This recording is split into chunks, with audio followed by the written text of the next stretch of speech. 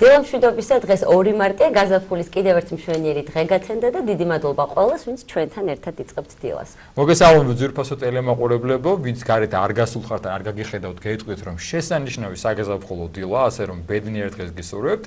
ჩვენ კი ჩვენი ხრი შევეცდებით საინტერესო წარიმართოს დღევანდელი დილის ეთერი და სიამოვნებით გაგაცნობთ დღევანდელი გადაცემის ანონსს თუ ვინ იქნებიან სტუმრები და რაზე შევაჩერებთ თქვენს ყურადღებას. ბუნებრივია პირველ ბლოკში მოძღვარი მობრძანდება, დღევანდელი ჩვენი სტუმარი იქნება საბურთალოზე მდებარე მაცხოვრის სულთმოფენობის სახელობის ტაძრის გულსახური დეკანოზი დავით რუხაძე. მოგესალმებათ რომ დიდ მარხვის მეორე, მესამე და მეოთხე შაბათი ეს არის მიცვალებულთა ხსენების დღე და სწორედ ამ თემაზე ვისაუბრებთ მოძღვართან ერთად.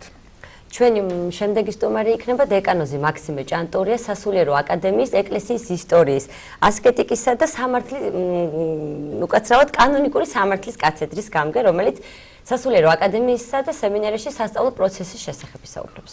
ასევე ჩვენი სტუმარი იქნება ფსიქოლოგი თია გოგოტიშვილი, ჩვენ მშობლებისა და შვილების ურთიერთობაზე ვისაუბრებთ და დღევანდელი გადაცემის ბოლო სტუმარი იქნება რეჟისორი მარიამ ჭაჭია, კომპანია იპოიდომკა ფრანგული დოკუმენტური პროგრამის ევრაზიადოკის შესახებ საქართველოს სხვადასხვა რეგიონში საინფორმაციო შეხვედრებს და პრეზენტაციებს მართავს, სწორედ დეტალებზე სტუმარი ისაუბრებს.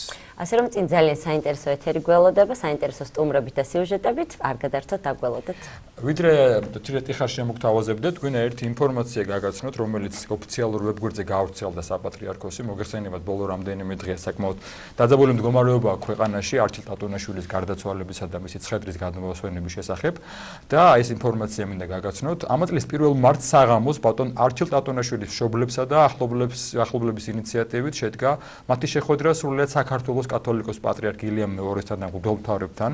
ბატონი არჩილის მშობლებმა მის უწმინდესობას თხოვეს დახმარება შვილის ცხედრის ოჯახისთვის გადმოცემასთან დაკავშირებით. კათოლიკოს პატრიარქმა ბრძანა, რომ ამ საკითხთან დაკავშირებით მიმართავ რუსეთის პატრიარქს, რათა მან გაწიოს მშუამდგომლობა სათანადო ორგანოებთან და გამოიყენებს ყველა სხვა საშუალებასაც ტატუნაშვილის ოჯახის დასახმარებლად. ეს, როგორც გითხარით, ოფიციალური ინფორმაცია, რომელიც საპატრიარქოს ვებგვერდზე გავრცელდა. ახლა მცირეთი ხარი და უკვე მოძღვარი შემოგვიერთება, არ გადართოთ.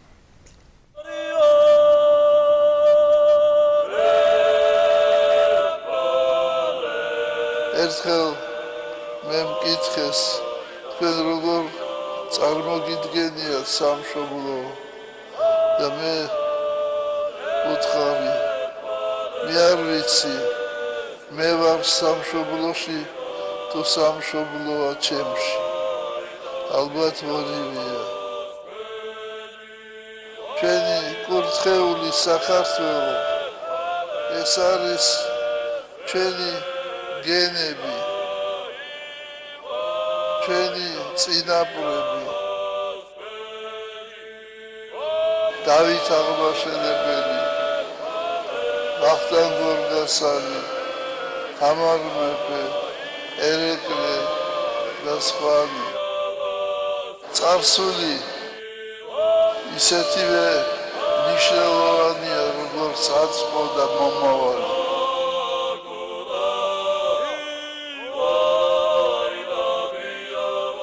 სმადლით ვართ მემკვიდრენი მათი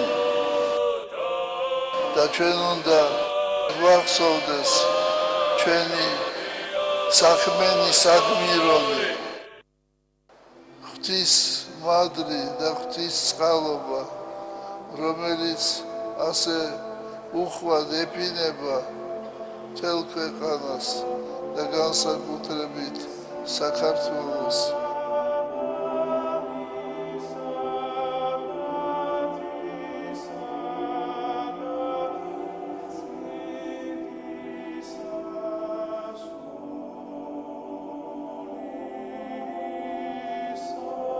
მოვიდეს თქვენზე და და ზალი მაგნის აქ ფარვიდე თქვენ.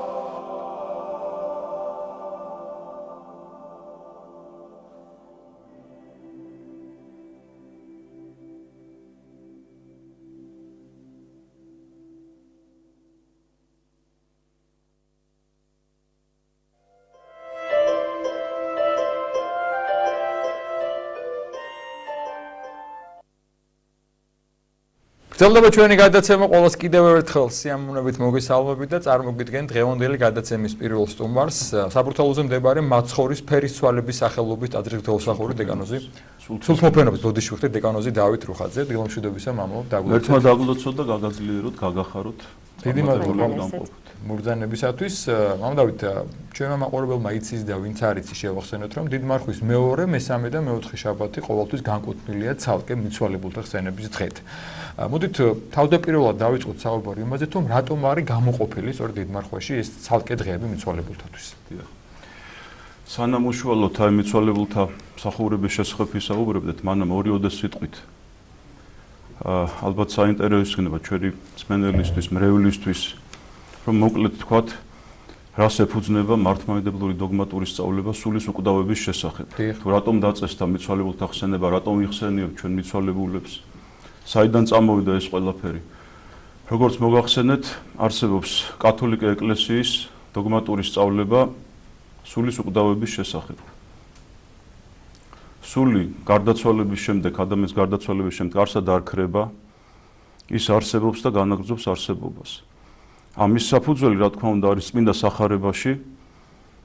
აი მაგალითად, მათეს სახარების მეათე თავში მაცხვარი საუბრობს სწორედ ამის შესახებ. რომ ასეთ რამეს ბრძანებს მაცხვარი, რომ ნუ გეშინინ მათგან, რომელთა მოსწყვიდან ხორცნი, ხოლო სულისა ვერ ხელეწიფების მოკლათ, ანუ სული უკვდავია, აქედან ჩანს, ხომ? ასევე ლუკა მახარებლის სახარებაში საუბრობს მაცხვარი, რომ ნუ გეშინინ მათგან და არა არის ღმერთი, მკვდართაი არამედ ცხოველთა, რამე თუ ყოველი ცხოველ არის მის წინაშე.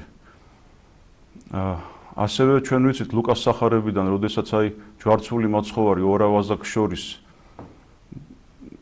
არის და როდესაც ერთ-ერთი ავაზაკი მას აღიარებს და ევედრება, რომ აი მომიხსენე მეუფალო სასუფეველსა შენსა, მაცხვარი აღუთქვამს, ասում է დღეს ჩემთანა იყო სამოთხესა. ასევე არის სახარებაში მოცემული იგავი დიდარსა და ლაზარის შესახებ. და სწორედ აი ამ მაგალითებით მტკიცდება და თქმა უნდა საფუძველთა საფუძველი ყველანაირი სწავლების არის წმინდა სახარება, რომ სული უკვდავია, ისაც არ ქრება. ამიტომ ჩვენი ვალდებულებაა და პირველი დანიშნულება, რომ როგორც ცოცხალ ადამიანს სჭირდება ყურადღება, მოკითხვა, პატივისცემა, თუ არანაკლები, თუ მეტი არანაკლები ჭირდება მიცვალებულის სულსაც. აი სწორედ ამიტომ დედა ეკლესიის განჩინებით დაწესებულია მიცვალებულთა მსახურებები და განსაკუთრებულია ეს დიდმარხვაში.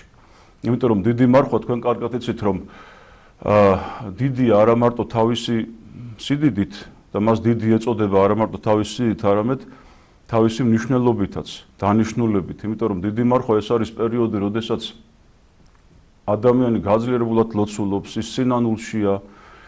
ანუ ეს არის პერიოდი ძლიერი სინანულის, გაგრძელებული ლოცვების, განსაკუთრებული ტიპიკონით ხდება მსახურება დიდ მარხვაში და ამიტომ აი ეს მეორე, მესამე და მეოთხე შაბათი დიდი მარხვისა სწორედ აი დაწესებულია იმისათვის, რომ ჩვენი მიცვალებულები მოვიხსენოთ, მათ პატივი მივაგოთ და აი ამ დიდი დღესასწაულის წინ, რომელსაც ქვია ბრწყინვალე აღდგომა ქრისტესი, როგორც ჩვენ გვიხარია მართლმადიდებლ ქრისტეებს მოლოდინი ბრწყინვალე აღდგომისა, ასევე მათ სულებს, მიცვალებულთა სულებსაც ასევე აქვთ მოლოდინი და სიხარული ბრწყინვალე აღდგომისა და ზეცაშიც დიდი სიხარულია ამ დროს. ასე რომ ვემზადებით რა ჩვენ დიდი დღესასწაულის შესახვედრად, ამასთან ერთად პატივს მივაგებთ ჩვენი მიცვალებულების ხსოვნას და სწორედ ეს მეორე, მესამე და მეოთხე შაბათი დიდი მარხვისა სწორედ ამისთვის არის დაწესებული დედა ეკლესიაში, რომ ჩვენ პატივი მივაგოთ მათ ხსოვნას.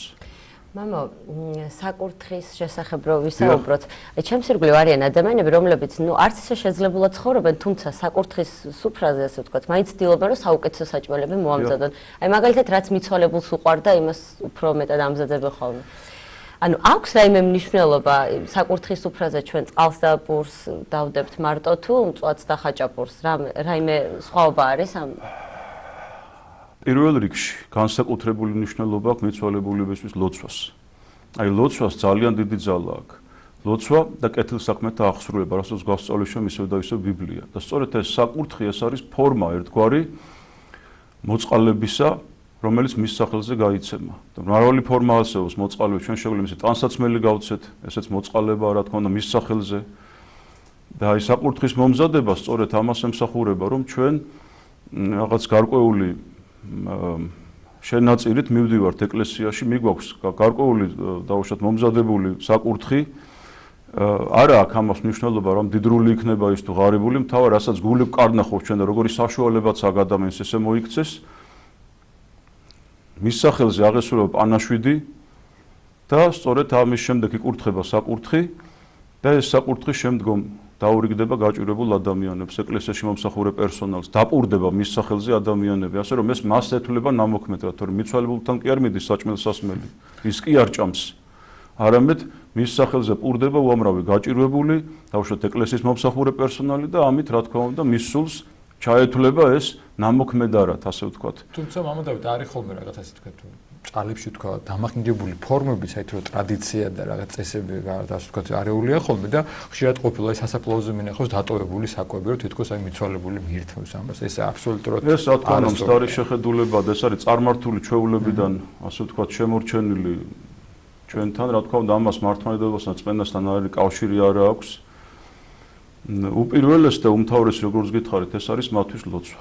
და პირველ რიგში განსაკუთრებული მსახურება ეს არის საღვთო ლიტურგია. საღვთო ლიტურგიაში მათი მოხსენიება. აი როდესაც მოძღვარი წირვის დაწყების წინ ასვებს პროსკომიდიას ანუ კვეთას ის სეფისკვერიდან ამოიღებს ნაწილებს ცოცხალთა და მიცვალებულთათვის. და ის სწორედ ეს ნაწილები, რომლებიც ამოიღება ჩვენი მიცვალებულებისათვის, აი წირვის ბოლოს ხდება ამ ნაწილების ჩაშვება ბარძიმში. და მოძღვარი ამბობს ლოცვას, რომ მიუტე უფალო ცოდვანი აქ ამოხსენე პატიოსა სისხლითა შენითა მეუხებითა წმინდათა შენთათა, ხო? ამიტომ ეს არის ლოცვა ერთგვარი, რომელსაც აღავლენს მოძღვარი და რა თქმა უნდა წირვის პროცესშიც არის მიცვალებულთა კვერექსე თქვენ კარგად იცით ჩართული მსახურებაში და ამას აქვს განსაკუთრებული მნიშვნელობა. ჭირისუფალი, რომელიც გადაწყვიტავს, რომ თავის მიცვალებულს მიაგოს პატივი ამ დღეებში, პირველ რიგში მან უნდა მოიცალოს წირვალ ლოცვაზე დასასწრებად. ანუ დაესწროს წინასაღამოთი ლოცვას, მეორე დღეს წირვას და რა თქმა უნდა წირვის შემდგომ ყველა მოქმედ ტაძარში გადაიხდება დიდი პანაშვიდები ჩვენი მიცვალებულების სულების საოხოთ, მაგრამ პანაშვიდიც ერთგვარი წირვის გაგრძელებაა. ვინც ვერ ესწრება რაიმე მიზეზით წირვას შეუძლია რომ პანაშვიდზე მოვიდეს. თუმცა ამის გამო რომ დავუშვათ ადამიანს საკურთხე მოსამზადებელი და აი ამ მიზეზით მან წირვა გააცდინა, ეს რა თქმა უნდა არასაპატიოა, იმიტომ რომ ჯობია ის წირვას დაესწროს და იქ მიიღოს მონაწილეობა შეაგზავნოს სეფისკვერი მისი მიცვალებულის სახელზე, ვიდრე დავუშვათ მან რაღაც იზრუნოს, რაღაცა იფუსფუსოს ოჯახში, ბევრი რაღაცა მოამზადოს და წირვას დააკლდეს. მამადავით, აი თქვენ ბრძანით, რომ სპეციალურად ყოველი წირვის მერე ყველა მოქმედ ტაძარში დიდი საერთო პანაშვიდი აღესრულება. მათ ვისაც როდესაც არის ესეთი დღეები დადგენილი მიცვალებულთა ხსენების დღე. რაღაცა საპატიო მიზეზის გამო შეიძლება ადამიანი ვერ დაესწროს წირვას და ვერ მოვიდეს უშუალოდ დავუშვათ დიდ პანაშვიდად. თუ არის შესაძლებელი და თუ ჩაეთვლება მას, ასე ვთქვათ, ისევ და რომ დღის განმავლობაში მივიდეს და მოძღვარს თხოვოს პანაშვიდის გადასწრება. რა თქმა უნდა, ჩვენ ეს როდესაც დიდი პანაშვიდი სრულდება და შემდგომ მოდიან დღის განმავლობაში სანამ უკვე შემდეგი მსახურება დაიწყება დაუშვათ აი უკვე საკვირაო ლოცვა დაიწყება იმ განმავლობაში ჩვენ ვასრულებთ პანაშვიდებს, კერძო პანაშვიდებსაც ასე ვთქვათ. ეს უკვე ესეთი მცირე პანაშვიდი ქვია ამას ვასრულებთ და რა თქმა უნდა ხდება მათი სახელების მოხსენა, რა თქმა უნდა ვინც იყო მონათლული, ვინც თვითმკვლელობით არ დაასრულა სიცოცხლე, შეგნებული თვითმკვლელობით რა თქმა უნდა, ვინც სასუებდა ღმერთს, რა თქმა უნდა იმ ადამიანების მოხსენება ხდება. და მამადავით, ასევე გავამახვილოთ ყურადღება თქვენ ბრძანით თავში, რომ ეკლესიური სწავლებაა, რომ განსაკუთრებული ზრუნვა ჭირდება მიცვალებულს, იმიტომ რომ მას უკვე თავის თავზე ზრუნვა აღარ შეუძლია. გარდა ამ ძირითადი დღეებისა, რომელიც ვახსენეთ, სხვა დროს რამდენად აუცილებელია ვიზრუნოთ მიცვალებულზე და გარდა დაუშვათ ამ საერთო საყოველთაო პანაშვიდისა, რა ფორმით შეიძლება ვიზრუნოთ მიცვალებულთა სულებს. ეს საინტერესოა საფლავებზეც როგორ უნდა ვიზრუნოთ, იმიტომ რომ ზოგჯერ დამახინჯებულად ჩვენ ხო ზოგადად ვიცით რაღაცების ერთმანეთში არევა. აი სასაფლაოზე გავდივართ, ზოგჯერ ისე ხდება, რომ საერთოდ არც ერთხელ არ ვაკურთხებთ საფლავს, მაგრამ სამაგეროდ მივდივართ, კეიფობთ იქ და მე ასე შემდეგ. ღვინოს ვასხავთ და ისევ და ისევ აქ უნდა გამახვილდეს ყურადღება სულიერ მხარეზე, სულიერ კუთხეზე, ხო? რა თქმა უნდა, წლის განმავლობაში შაბათი დღე მიჩნეულია მიცვალებულთა მოხსენიების დღედ. თუ რაიმე დიდი დღესასწაული, საღვთო დღესასწაული არ დაერქვა, ყოველი შაბათი. გარდა ამისა, როგორც გითხარით, წლის განმავლობაში არის განსაკუთრებული დღეები, როდესაც აღესვა მიცვალებულთა მსახურება და პანაშვიდები.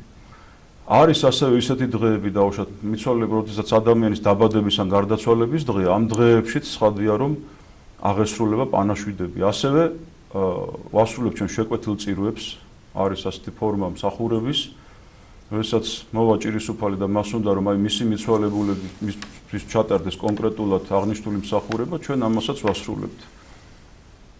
ზრუნვა, რა თქმა უნდა, მიცვალებულისათვის გამოიხატება სწორედ ამაში, რომ ჭირისუფლის ღვთისმსახურებაზე დასწრება, წირვალოცვაზე დასწრება, პანაშვიდი, პირადი ლოცვა, ამას ძალიან დიდი მნიშვნელობა აქვს ფსალმუნთა კითხვა. განსაკუთრებით პირველი 40 დღის განმავლობაში მიცვალებულისთვის, რომ ჭირისუფალი ამას კითხულობდეს.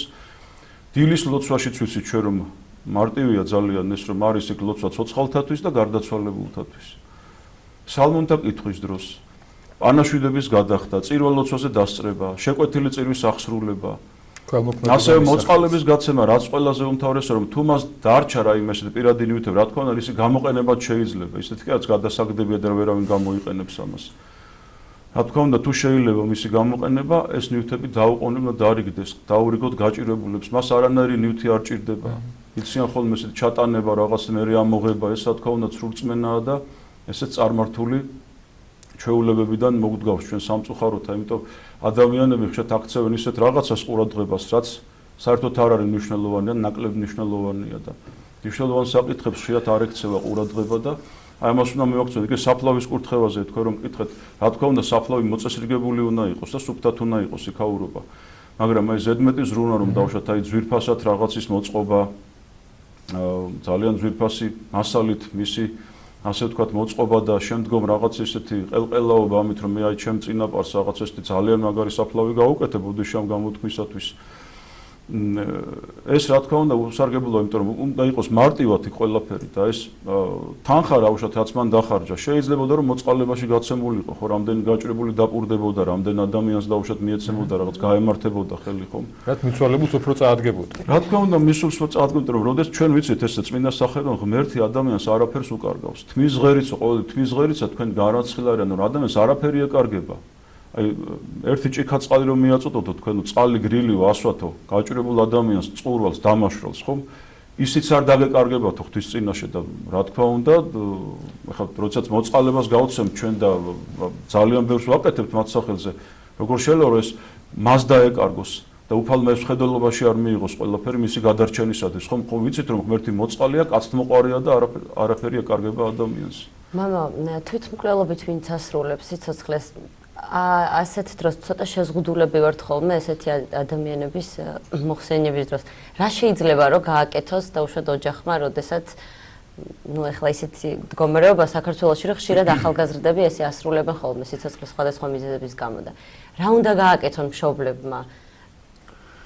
პირველ რიგში უნდა კარგად იქნას გამოკითხული და გამოძიებული, ასე ვთქვათ, რა ვითარებაში იქნეს, როგორ იქნა, თუ ადამიანი იყო შეურაცხადი და დამტკიცდა რომ ის იყო თვითმკვლელობა, შეიძლება ხდებოდა უბედური შემთხვევა მოხდა, დავუშვათ იყო ესეთი შემთხვევებიც რომ აი მაგალითად იარაღთან გაუფრთხილებლობის გამო მოხდა ესეთი რაღაცა, მაშინ ეს კარგად უნდა გამოძიებული იქნას, ანუ ჭირისუფალმა დავუშვათ კარგად გამოიკითხოს, ხომ არ ქონდა მას წინაპირობა ამისა რაიმე, რომ თავი მოეკლა, ან სამსახურებრივად, ან ოჯახურად.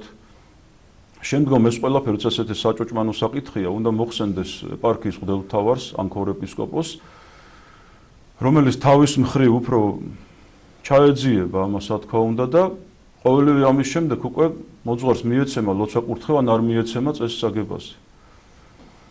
თუ დადგენილია რომ ადამიანმა თვითმკვლელობა ჩაიდინა შეურაცხად მდგომარეობაში, ანუ არსებობს ფსიქიატრის დასკვნა რომ ადამიანი მანამდე იყო არაჯანმრთელი ფსიქიურად დამვითარებაში მოხდა ეს. რა თქმა უნდა ასეთ შემთხვევაში ადამიანს წესი ეგება. როდესაც გაუაზრებლად ასე ვთქვათ წინასწარ რაღაცა ანალიზის გარეშე მან ეს გააკეთა. მამა დავით, აი წესისაგება ახსენეთ და არის ხოლმე შემთხვევა მემსმენია რომ დავუშვათ, იცი რომ შენი წინაპარი, შენი ბაბუა წესისაგების გარეშე არის დაკრძალული, იმიტომ რომ ესეთ პერიოდი იყო, მაშინ ვერ ხერხდებოდა. თუ შეიძლება დაკრძალვის შემდგომ წესისაგება. გასაკვირველია, აი მეც შემისრულებია მსახურება, უშუალოდ საფლავზე შემისრულებია. ეს შეიძლება და აუცილებელიც არის, იმიტომ რომ თუ ადამიანი იყო მონათლული და მას ჰქონდა რწმენა და რაღაც მიზეზების გამო და ჩვენ ვიცით რომ ეს ტოტალიტარული რეჟიმი, რომელიც მძვინვარებდა მაშინ განსაკუთრებით 60-იან 30-იან წლებში, ბევრი მოწამეობაც კი აღესულა და მათ წესი ვერ აეგოთ, რა თქმა უნდა. და ასეთ შემთხვევაში თუ ვიცით ჩვენ, რა თქმა უნდა, მისი ისტორია აუცილებელიც არის რომ მას წესი აეგოს. აუცილებელიც არის ასეთი უწმინდესის კურთხევა, რომ მაგალითად ბევრი შემთხვევა იყო თვითონ უწმინდესაც აუგია წესი აი საფლავზე ადამიანებისათვის და ასე რომ აქ შეზღუდვა არაფერი არ არის. შეიძლება რომ აეგოს წესი გარდაცვალება, ვერ აეგო მას დაკრძალვის დღეს, მოგვიანებითაც შეიძლება რომ აეგოს წესი. ვიცოდეთ მისი ცხოვრების წესი და მისი აღსარებლობა. მისი აღსარებლობა, მისი ცხოვრების წესი და როგორი დამოკიდებულება ჰქონდა მას რწმენასთან. ამას ძალიან დიდი მნიშვნელობა აქვს. თუ ადამიანს ახლა სიცოცხლეში ღმერთი არ სწამდა, გმობდა და წარმოვიდგინეთ ესეთი რამეა, რომ წესის აგების მსახურებაში მღვდელი შენდობის ლოცვას უკითხავს გარდაცვლის, იმიტომ რომ თვითონ მას უკვე სინანული აღარ შეუძლია, უკვე ბაგანი დახშულნი არიან, ხელფეხი გაჩერებულია, მას უკვე არც მოქმედება შეუძლია, არც ლოცვა და არც სინანული. ხომ ასე დროს უკვე შემდგომ ხდება ჩვენ უკითხავთ შენდობის ლოცვაზე, შემდგომ უკვე ჭირისუფალი ეხმარება მას, ასე ვთქვათ, თავისი ქველმოქმედებით და ეკლესია ეხმარება მას, რომ ის გადარჩეს. და თუ ადამიანს ცხოვრებაში აღსარება არ ქონდა ნათქვამი, ასეთ შემთხვევაში ხა შენდობის ლოცვის წაკითხვა ცოტა არ იყოს ამსახურებას აუფერულებს, ხომ თითქოს ეს მსახურება უბრალოდება. რაღაც ესეთი ამან მიიღო რაღაცა წესის სახე, ასე ვთქვათ, ჭყალებში, რომ ეს აუცილებელია და უნდა აუგო წესი. და ძალიან დიდი მსახურება, სხვათა შორის ეს მსახურება, იმიტომ რომ აქ გარდა შენდობის ლოცვისა არის წმინდა მამა იოანე დამასკელის მუხლების ჩართული, რომელიც საოცრად აი თავის მნიშვნელობით საოცრად ამაღელვებელი და შთამბეჭდავია და რა თქმა უნდა ადამიანს განაწყობს, აი მსმენელს განაწყობს სინანულისაკენ, რომ აი ჩვენ როდესაც ვხედავთ სასახლეში ჩასვენებული მიცვალებულის ცხედარს, ჩვენც უნდა გვახსოვდეს ის მომენტი, რომ აი როდესაც ჩვენს დაგვიდგება ეს დღე და ჩვენს გარდავიცვლებით. აი მთელი აი ამ მსახურების არსი ამაშია. ამისთვის ამზადებს ადამიანს აი ეს მსახურება და ზოგადად დედა ეკლესია, რომ ჩვენ მუდმივი ხსოვნა გქონდეს ჩვენი გარდაცვალებისა, რომ ღმერთმა 100 წელი გვაცოცხლოს, რა თქმა უნდა, მაგრამ ყველა გარდავიცვლებით და მერე უკვე რა თქმა უნდა ვიცით რომ სული უკვდავია, აი მე დასაწყისში ვთქვი სულის უკვდავების შესახებ არსებობს მართლმადიდეს სწავლება, ვისაც ეს არ ასწავს, მას ღმერთიც არ ასწავს, ფაქტიურად ეგრე გამოდის, ხო? თავად მაცხოვრის სიტყვებია ისაც მოგახსენეთ და ადამიანი მუდმივად ემზადებოდეს გარდაცვალებისათვის. მამო, რაღაც ერთი კითხვა მაქვს, ზოგჯერ არის ხოლმე, რომ ჭირისუფალი ამბობს, აი მე დამესიზმრა ჩემი მიცვალებული და იმან დამავალა, რომ მე ესე გამეკეთებინა, ან მითხრა, რომ ეს მენატრება და საკურთხზე მოდი ეს დამახვედრე, თუ ესე ცოტა უხეშად ვამბობ, რა თქმა უნდა. აი რას ეტყოდით ჩვენი ტელევიზიით, აი ესეთ ჭირისუფლებს, რომლებიც თვლიან, რომ ამით მართლა აკეთებენ რაღაცას. და მართლა ეხმარებიან თავიანთ მიცვალებულს. ისევ და ისევ ეტყოდით იმას, რომ მათ თუ ისინი არ არიან ეკლესიის მრევლი, გახდნენ ეკლესიის მრევლი, მოვიდნენ დედა ეკლესიის წიაღში, ჩვენ მათ აუხსნით, დავმოძღვრით, ვასწავლეთ თუ როგორ უნდა გააგრძელონ მათ ურთიერთობა თავიანთ მიცვალებულებთან. ეს რაში გამოიხატებოდა, რა თქმა უნდა, ამაზე ჩვენ უკვე ვისაუბრეთ, რომ ამას სწორი მიმართულება მიეცეს.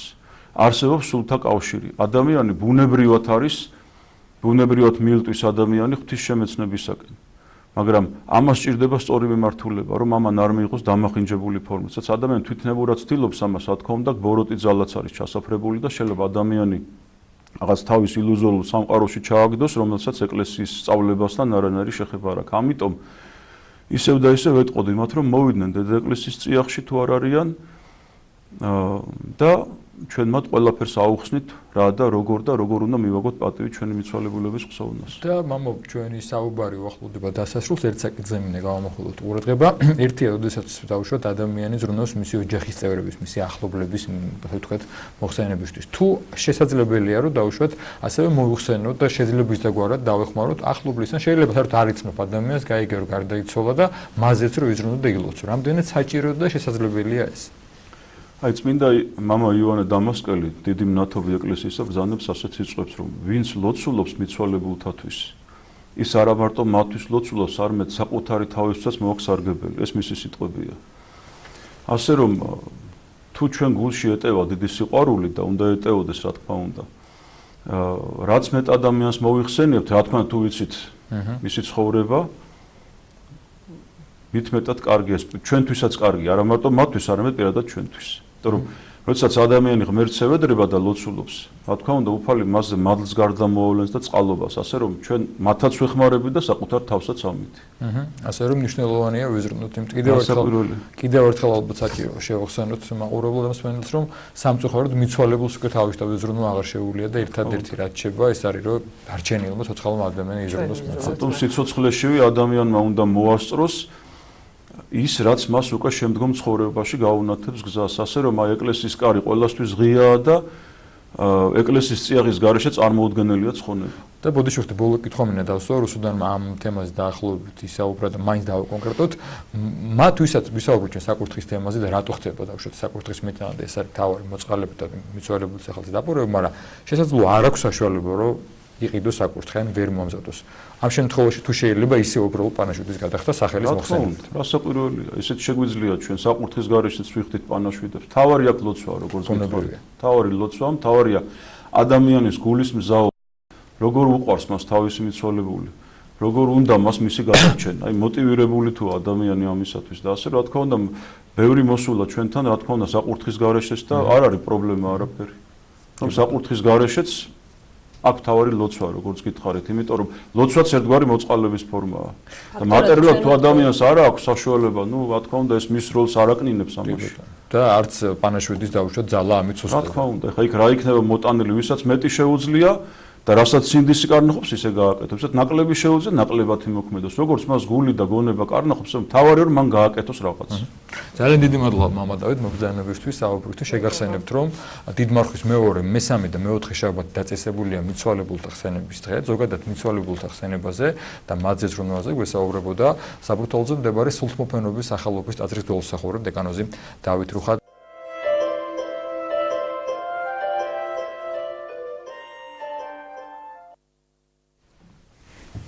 დავბრუნდით პირდაპირ ეთერში, შემოგვერთა ფსიქოლოგი თიაგო გიტეშვილი. დიდი მადლობა ქალბატონთა სტუდიაში მოგზაურობისთვის. დილამშვიდობისა.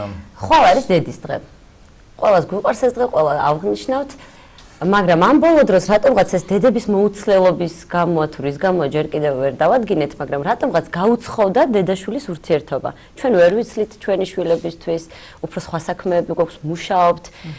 ეს მე შედეგად იმას გამოიღებს ხოლმე, რომ ბავშვები უფრო რთულები ხდებიან და ბევრ სხვა პრობლემებს ვაწყდებით ხოლმე მე უკვე დიდასაკში. რა დრო უნდა გამოუყოს, ნუ შეიძლება ხეთ ცოტა უხეშად სვავ კითხვას, მაგრამ რა დრო უნდა გამოუყოთ ჩვენი შვილებისთვის, რომ მათ ეს მშობლის დეფიციტი არ ქონდეთ? დიდი მადლობა. დედის და ბავშვის ურთიერთობას განსაკუთრებით დიდი როლი ენიჭება და ეს შესწავლილი საკითხია დიდი ხანია ფსიქოლოგიაში, სწორედ სკოლამდელ ასაკში და კერძოდ კი ადრეულ ბავშვობაში დაბადებიდან 3 წლამდე პერიოდი არის არსებითი. ამ შემთხვევაში, იმიტომ რომ 3-დან 6 წლამდე აუცილებელია ბავშვის ბაღში ტარება, მისი სოციალიზაციის როგორც პროცესის ხელშეწყობისთვის, მაგრამ ეს არ ნიშნავს, რომ თუ ბავშვი ბაღშია, დედასთან კონტაქტი უნდა შემცირდეს იმდენად, რომ დეფიციტი გაჩნდეს. რეალურად დღევანდელ თქვენ აბსოლუტურად სწორად აღნიშნეთ, რომ დღევანდელი თანამედროვე რეალობა ისეთია, რომ ხშირ შემთხვევაში დედა აუცილებლად მუშაობს და მას აქვს კონკრეტულად თავისი სამსახურეობრივი ისეთი რეჟიმი და განრიგი, რომ ბავშვთან ყოფნის საკითხი ხშირად დგება პრობლემურად, რადგან ვთქვათ, უკვე სამსახურიდან დაბრუნებული დედა არის ხოლმე დაღლილი. თორე რეალურად ვთქვათ, ჩვენ საქართველოში ეხლა ვიწყებთ იმ ნაბიჯების გადადგმას, რაც ვთქვათ, სხვა უკვე გულისხმობ სოციალურ-ეკონომიკურ პლანში განვითარებულ ქვეყნებს უკვე გავლილი აქვთ და ასე აქვთ მოგვარებული ეს საკითხი, რომ ის დრო, როდესაც ბავშვები და დედა და მამაც, იმიტომ რომ ხშირად მამები სარგებლობენ სამწუხაროდ დედის მნიშვნელოვნებით და არ იღებენ სათანადო მონაწილეობას ბავშვების აღზრდაში, ესეც უნდა აღვნიშნოთ, რომ არ გამოგვივიდეს, რომ თავარი დედა და მამები თავისუფლები არიან ამ პროცესიდან, მამის დეფიციტიც არანაკლებ სერიოზულ პრობლემებს გვიქადის მომავალში, თუ კი ეს არ არის ჯერ უნდათ მამა ჩართული ამ პროცესში და ამიტომ მაინც, რადგან დედაზე გვაქვს საუბარი ამ შემთხვევაში, თქვათ უკვე სადღაც 2 წლის 2-დან 3 წლამდე ბავშვის დედა უფრო თავისუფლად შეიძლება იყოს თქვათ ასევე გარკვეულწილად სამუშაო პროცესში ჩართული, ვინაიდან ჩვილობაში ანუ დაბადებიდან 1 წლამდე პერიოდი, წლინახევრამდე არის განსაკუთრებით მნიშვნელოვანი ბავშვი სამყაროს მიმართ დამოკიდებულებას აყალიბებს, არაცნობიერი განწყობა უყალიბდება სამყაროს მიმართ, რამდენადაც ის არის დედასთან უსაფრთხოების განცდის და უსაფრთხო შინაგანი ემოციური მდგომარეობის პირობებში და თუ კი ხდება ასე და ესეც უნდა ვთქვათ, რომ ვერ არის დედა სხვადასხვა მიზეზების გამო ბავშვთან ჩვილობაში, მაშინ ჩვენ გვაქვს ცნება საიმედო მიჯაჭვულობის. უნდა იყოს ადამიანი, რომელთანაც ბავშვი მოახერხებს იგრძნოს ერთთან თავი კომფორტულად, როცა იცვლებიან და მუდმივ რეჟიმში სხვადასხვა სახეები ფიგურირებენ აი ამ ძალიან მგრძნობიარე პერიოდში, დაბადებიდან წლინახევრამდე პერიოდი მაქვს მხედველობაში, ბავშვს უსაფრთხოების განცდა არ აქვს და მას შფოთვითი მდგომარეობა ეუფლება, იმიტომ რომ ვერ ახერხებს გარე საყრდენის მოძებნას. ეს ყველაფერი არაცნობიერად ხდება და მშობლებს ზოგჯერ არ აქვს ამის შესახებ ინფორმაცია და ალბათ უნდა მივაწოდოთ. და კიდევ ერთ წინადადებას დავასრულებ და მე მკითხეთ, მე იმით დავიწყე, როდესაც მშობელი გასულია სამსახურში, ეს უკვე უმჯობესია მოხდეს წლინახევრის შემდეგ, როდესაც ეს მნიშვნელოვანი პერიოდი სწორედ გავლილია, შემდგომში საღამოს პერიოდში ბავშვთან უშუალო ურთიერთობა და არა ერთ სივრცეში. იმიტომ რომ ხშირად მშობლები უბრალოდ ერთ შენობაში არიან ბავშვთან ერთად და მიაჩნიათ, რომ ბავშვთან ურთიერთობა აქვთ და ხარისხიანი დრო არსებობს ასეთი ცნება, მე ხშირად ვახსენებ ამას მედიაში, ხარისხიანად გატარებული უნდა იყოს ის თუნდაც საღამოს საათები და კონტაქტი და ურთიერთობა უნდა იყოს ერთობლივი აქტივობის სახით. ანუ ზოგჯერ მშობლები საერთოდ არ მუშაობენ, მთელი დღე სახლში არიან, მაგრამ ბავშვთან კონტაქტი მაინც არ აქვთ. ისე ღამდება. მე ეს იწვევს მიჯაჭვულობას ტექნიკასთან. ეს კიდევ უფრო უარეს პრობლემებს ქმნის, იმიტომ რომ ძალიან ცუდ შედეგებს ვიღებთ ხოლმე, როგორც იცით. აბსოლუტურად მართალ ბრძანებ და ძალიან მნიშვნელოვან საკითხს გაუსვით ახლა თქვენ ხაზი, ვინაიდან 21 საუკუნეში, როდესაც ესეთი სერიოზული ტექნიკური პროგრესია და ბავშვები პირდაპირ იბადებიან თანდაყოლილი ნიჭით, რომ სწრაფად გაერკვნენ სწორედ ამ ტექნიკურ საშუალებებში და ხშირად მშობელი ვიხმარ ამ სიტყვას, ბოროტად სარგებლობს ბავშვის ამ ნიჭით, ვინაიდან 21 საუკუნის ბავშვია და სხვა, ასე ვთქვათ, მოცემულობით იბადება, ამიტომ თავისი გართობისთვის ხშირად სწორედაც აი ამ ტელეფონი იქნება თუ კომპიუტერი, ხო, აი სიტყვა კარგია ზუსტად, ხშირად ესეთი უხეში გამოთქმა კარგად ასახავს. მიაჩეჩებს ამ ტელეფონს, ან შეიძლება იყოს ეს სხვა კომპიუტერული საშუალება ტექნიკური და ბავშვი ერთობა ამით და მშობელს გონია რომ ეს კარგია. კიდევ ძალიან ცუდია, როდესაც ჩვენ ვაჭმევთ ბავშვებს ტელევიზორის ან სხვა გამოსახულების წინ, იმიტომ რომ არ ჭამს სხვანაირად და ოღონდ ჭამოს და აი ეს დაუღეჭავად გადაყლაპვა კიდევ ფსიქოლოგიურად სხვა განწყობას აყალიბებს, რომელიც შემდგომში აისახება ცუდად. ძალიან ბევრი ნიუანსია, უბრალოდ ცენტრალურ საკითხებზე უნდა გავამახვილოთ ყურადღება, რომ დღეს თანამედროვე მეცნიერე ფსიქოლოგიაში არის უკვე ადიქტოლოგია, დარგი, რომელიც მიჯაჭვულობებს, პათოლოგიურ მიჯაჭვულობას, ანუ დამოკიდებულებას იკვლევს და მათ შორის ეს არის ეკრან დამოკიდებულება. მარტო ინტერნეტზე არ უნდა ეგონოს ჩვენს მაყურებელს, რომ რისკებია, რომ გაიზრდება ინტერნეტზე ან სოციალურ ქსელებზე, როგორც ინტერნეტის ერთ-ერთ ყველაზე პოპულარულ, ასე ვთქვათ, სივრცეზე შეიძლება ეს რისკი უქადდეს. ბავშვობაში შეიძლება და მცირეწლოვან ბავშვს ეკრან დამოკიდებულება შეექმნას და მინდა გითხრათ, რომ განვითარების შეფერხებებს იწვევს და მშობელს უკვირს მერე, რომ რატომ ვერ ლაპარაკობს ბავშვი 3 წლის ხდება, რატომ აქვს მას კომუნიკაციის პრობლემა და ხშირად, რაც არ უნდა უცნაურად ჟღერდეს, გარკვეული აუტისტური სიმპტომატიკა აღენიშნება ბავშვს, არა იმიტომ, რომ ის დაიბადა ამ პრობლემით, არამედ იმიტომ, რომ მშობელთან კონტაქტი სწორედ დაბადებიდან 2 წლის პერიოდამდე დედასთან კონტაქტის პრობლემა აქვს. იცით რა მაინტერესებს? დაუშვათ გადავწყვიტეთ, რომ შევწყვიტოთ. ბავშვი დამოკიდებულია ტექნიკასთან და უცებ გადავწყვეტეთ რომ ამას შევწყვეტავთ და ჩვენ დავიწყებთ აქტიურ დედობას. აი ამ შემთხვევაში ისეთი საგიჟეცი ხდება ხოლმე უცებ. მე მესმის თქვენ რასაც ბრძანებთ და ხშირად არის ეს რომ გამოფხიზლება ხდება მაშინ როცა უკვე მშობელი ამჩნევს რომ საქმე ისე არ მიდის როგორც უნდა იყოს სინამდვილეში. ჯობს გვიან ვიდრე არასდროს და როდესაც ჩვენ ვამჩნევთ რომ ბავშვი უკვე გახდა დამოკიდებული, რა თქმა უნდა ერთადერთი ალტერნატივა არის ისეთი აქტიობის, ანუ ისეთი სახის ურთიერთობის და მართლაც მისი მოქმედებების თუ ჩართულობის ისეთი სახეობების შეთავაზება, რომელშიაც ის ჩაერთვება ინტერესით. იმიტომ რომ შეიძლება მშობელს გონია რომ ეს დააინტერესებს მის შვილს, არც იცნობს ხშირად და რა აინტერესებს ბავშვს შეიძლება არც იცოდეს და თვლის რომ იცით, აი ახლა მოდი წიგნს წავუკითხავ და აღმოჩნდება რომ 3 წლამდე ბავშვს წიგნს რომ უკითხავ, ის სმენით ვერ აღიქვამს იმ ნარატივს. აუცილებელია რომ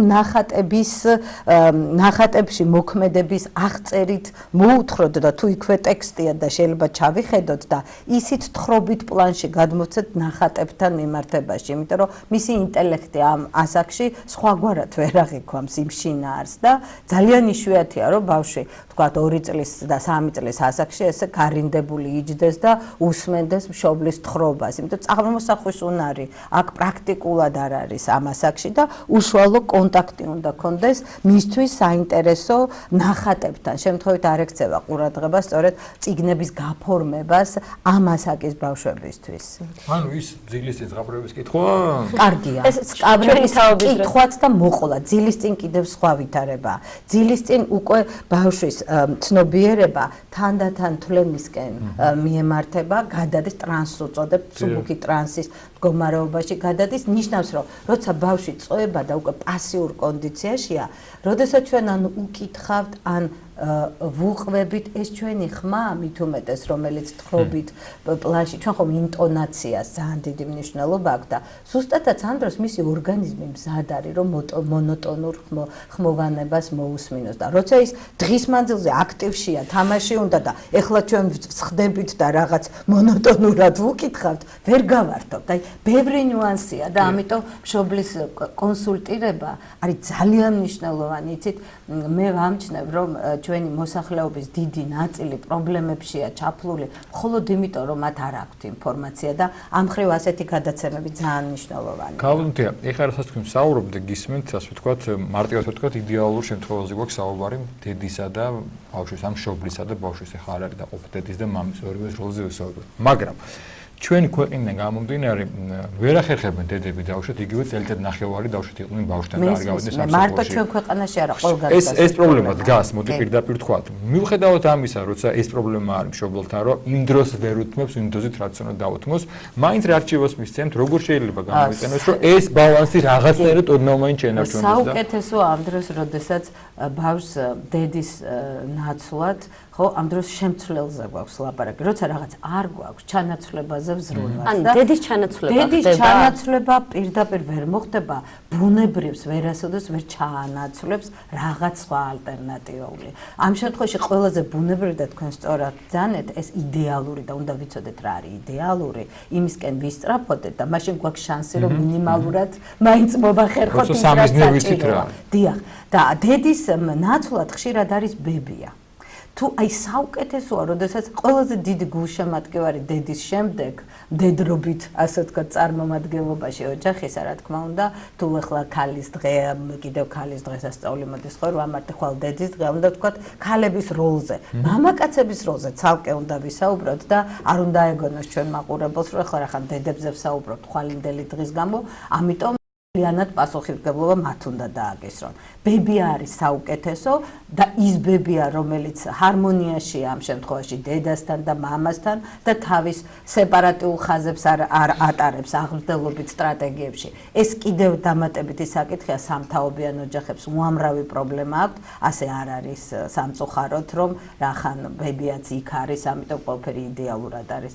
ეს კიდევ ცალკე თემა, მაგრამ ნუ ვთქვათ, რომ იდეალურია, კარგი, ტკბილი, მოსიყვარულე ბებია და თუ ესეც არ არის, მაშინ კარგად გამოცდილი ძიძა, რომელსაც შემთხვევით ვიღაც ქუჩიდან მოსულს, რომელსაც არავითარი ნდობის წინაპირობა არ აქვს, ასეთ საკუთარი შვილი უბრალოდ არ უნდა. ჩემი შვილი გიждდება თავის ძიძაზე, ტივის ხოლმე ელეტრება. გაგიმართლათ და კი ეს გამართლების და შეცდომის გზით სამწუხაროდ გვიწევს, იმიტომ რომ ჩვენთან ძიძების ინსტიტუტი, როგორც სხვა მრავალი შეიძლება ვთქვათ, ფორმაცია არ არის სათანადო დონეზე და უნდა იყოს ძიძა შესაბამისად მომზადებული, რომ მან მოახერხოს დედის როლის შესრულება მაშინ, როდესაც დედა არ არის, თორე როცა დედას ვერავინ ვერ შეცვლის, იმიტომ რომ მართლა შეუცვლელი დატვირთვა აქვს მას ფსიქოლოგიური თვალსაზრისით ბავშვის პიროვნებად ფორმირების ამ ეტაპზე. დედის მერე ბებია ძალიან ტკბილი. მე ფაქტობრივად ბებიის გაზრდილი. გეთანხმებით აბსოლუტურად. დიდი მადლობა ქალბატონთია, თემორცელია, მაგრამ შეიძლება დეიდაც იყოს იდეაში.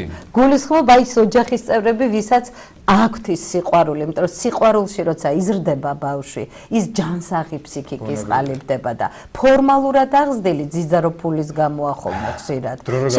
შემდგომი ეს ფორმალური მიდგომები შემდგომში ნეგატიურ გავლენას ახდენს. უღრმესი მადლობა შეგახსენებთ ჯობლისა და შვილის ურთიერთობაზე, განსაკუთრებით დედისა და შვილის ურთიერთობაზე გვესაუბრებოდა ფსიქოლოგი თია გოგოდიშვილი.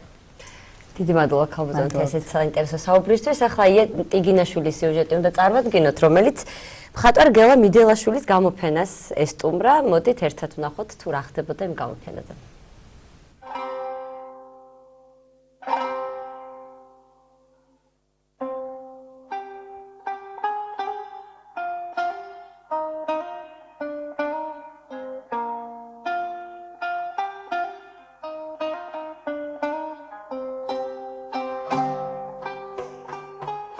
პეიზაჟები, თაგორიანის სოფლის თვალწარმტაცი ხედები, ყოველდღიურ ყოფაში გართული პერსონაჟები და რა თქმა უნდა, ვაჟა-ფშაველას გმირები. ეს მხატვარ გელა მიდელაშვილის შემოქმედებაა, რომლის სულისკვეთებას სამშობლოს სიყვარული ასაზრდოებს. გელა მიდელაშვილის პერსონალური გამოფენა გიორგი ლეონიძის სახელობის ქართული ლიტერატურის მუზეუმში მიმდინარეობს. მხატვარმა ამჯერად გამოფენა უდიდეს ქართველ პოეტს, ვაჟა-ფშაველას მიუძღვნა. ეს გამოფენა განაპირობა ვაჟა-ფშაველას დიდმა სიყვარულმა. რა ვიცი, ალბათ ყველაფერიც თავის დასაბამი აქვს და ბავშვობიდან მიყვარდა ვაჟა-ფშაველას შემოქმედება და მის დიდ სიყვარულმა განაპირობა და მის ყოფა ცხოვრებამ, რა ყოფა ცხოვრებას ჰქონდა, ისეთი ზნის და ისეთი ყაიდის კაცია ვაჟა-ფშაველა. ვაჟა-ფშაველასადმი მხატვრის განსაკუთრებული დამოკიდებულება თავისთავად გამოვლინდა მის მხატვრობაში. წერლის გმირები, თავისი ხასიათითა და ზნეობრივ მორალური პრინციპებით გელა მიდელაშვილის მხატვრობის შთაგონების ერთ-ერთ უმთავრეს წყაროდ იქცნენ. არ მახსოვს, მაგრამ რამოდენიმე წლის წინათ დავასურათე ვაჟა-ფშაველას ნაკლებად ცნობილი პოემა „სისხლის ძიება“, რომელიც არაფრით არ ჩამოუვარდება, თუ მეტი არ არის იმ საკმაოდ ცნობილ პოემებს. და მე სხვა იდეა გამიჩნდა, ახლა დავასურათე ახუნდი, სადაც ღირსებაზეა ლაპარაკი. ნუ ვაჟა-ფშაველა ხო საერთოდ ღირსების ფენომენია და სულ ღირსების მოტრფიალე და რა ვიცი, აი ამან განაპირობა და ფიქრად მაქვს, რომ კიდევ მანამ ცოცხალი ვიქნები, რაღაც მეუძღვნა და ეტაყვანო ამ კაცს ბოლომდე, ასე ვთქვათ.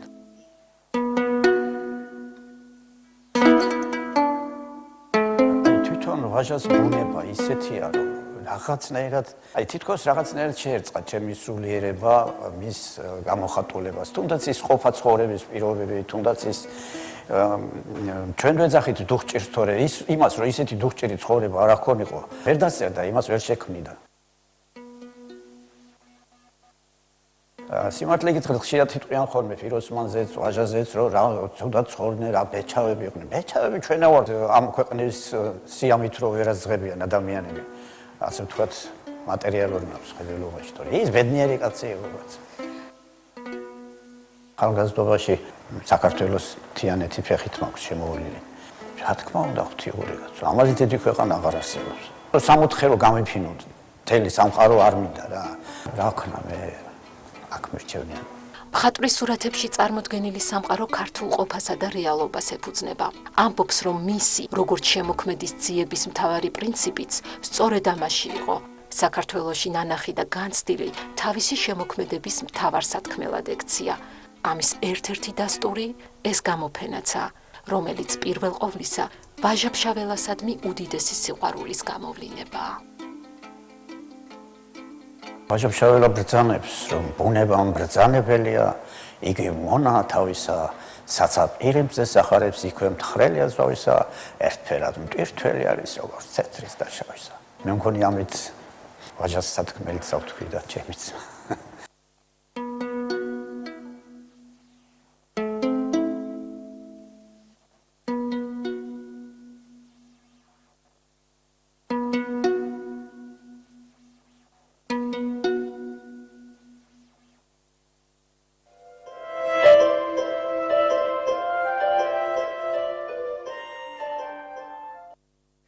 გსალმება ჩვენი გადაცემა და სიამოვნებით მინდა წარმოგიდგინოთ დღევანდელი გადაცემის მომდევნო სტუმარი დეკანოზი მაქსიმე ჭანტურია სასულიერო აკადემიის ეკლესიის ისტორიის ასკეტიკისა და კანონიკური სამართლის კათედრის გამგე თეოლოგიის დოქტორი პროფესორი ასევე წმინდა ნიკოლოზის სახელობის ტაძრის წინამძღვარი დილომშვიდობისა დაგლოცეთ. დიდი მადლობა მოგზაურობისთვის. მაქსიმე ჩვენ გვინდა ვისაუბროთ დღესაც უკვე რამდენიმე დღეა ჩვენ გვყავს სხვადასხვა სტუმრები სასულიერო აკადემიის სემინარიიდან და ძირითადად საუბრობთ იქ მიმდინარე პროცესებზე, ამ სწავლების პროცესზე. თავდაპირველად თქვენ მინდა კითხოთ, რამდენი ხანია ბრძანდებით თქვენ კათედრის გამგე, როცა მიბრძანდით რა სიტუაცია იყო სწავლების კუთხით, დონეს გულისხმობთ, როგორია დღეს მონებრივია.